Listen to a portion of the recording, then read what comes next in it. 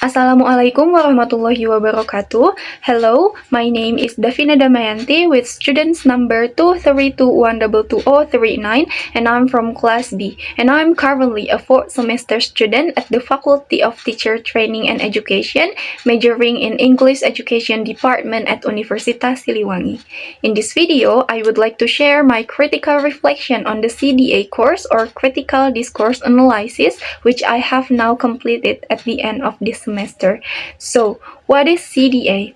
According to Wodak and Mayer 2009, critical discourse analysis is a qualitative analytical approach for critically describing, interpreting, and explaining the ways in which discourse construct, maintain, and legitimize social inequalities.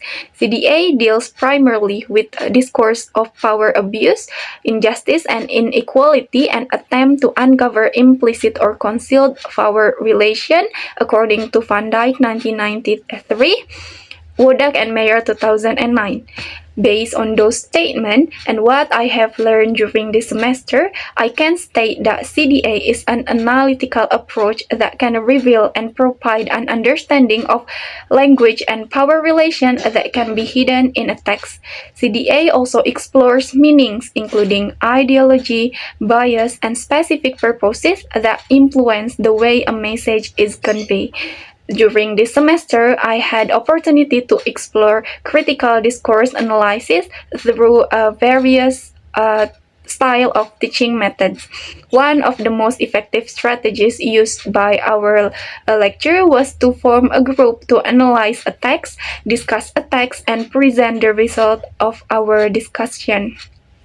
We were encouraged to analyze different online newspaper texts with different approaches and discover the various purposes and uses of the approaches we use. Sometimes, in doing the analysis, it was possible for me to use my personal perspective to support the conclusion of what was actually described in the text. For example, when we do text analysis using Fairclough approach, I realized that when doing ideological analysis, I can just read the whole text first and analyze what modalities are used.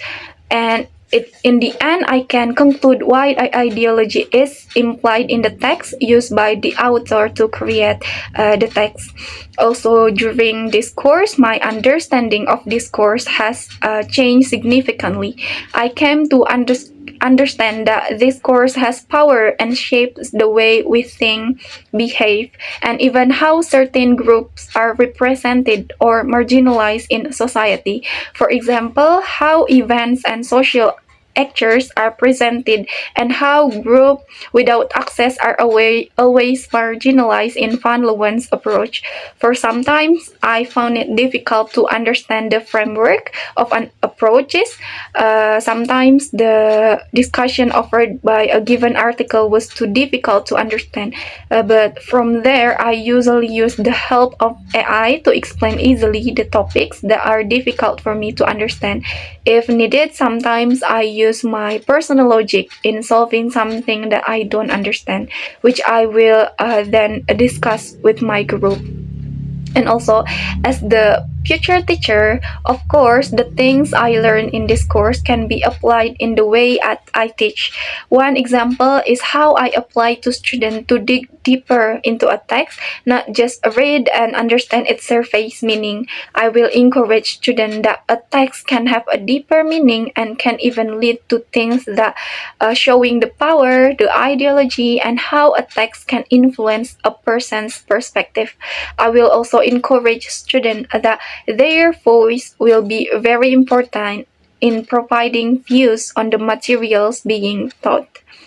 In this course, I was able to explore many things related to power or ideology that can be hidden in a text. I also learned that language can greatly affect a person's perspective. I hope to continue to apply and develop what I have learned from this course. So I hope I can explore more about this course. And maybe that's all from me. Thank you. Wassalamualaikum warahmatullahi wabarakatuh.